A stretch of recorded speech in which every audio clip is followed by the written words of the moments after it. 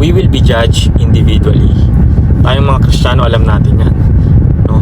On the judgment day, hindi mo kasama ang pinsan mo, ang pamilya mo, ang tropa mo, ang kayamanan mo, hindi mo madadala yon.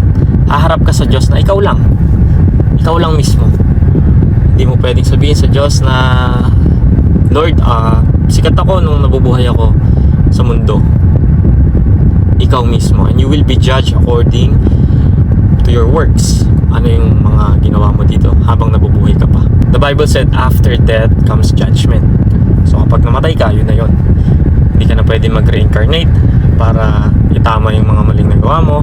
Or for example, gusto mong mabuhay uli, tapos pag nabuhay ka, maniniwala ka na sa Diyos. That's not how it works. After death comes judgment, and we all know that because of the story of the rich man and Lazarus. Diba? Yung rich man napunta sa Hades, and si Lazarus kasama si Abraham sa Abraham's bosom. Itong rich man na to, sobrang nagsisi siya kasi hindi siya nakinig sa mga propeta na pinadala ng Diyos. Tapos nagmamakaawa siya kay Abraham na sabihan mo yung mga kapatid ko na nabubuhay pa para hindi sila mapunta dito. And the reality is, maraming tao ang magiging ganun ang senaryo sa judgment day. The Bible said, broad is the way that leads to destruction.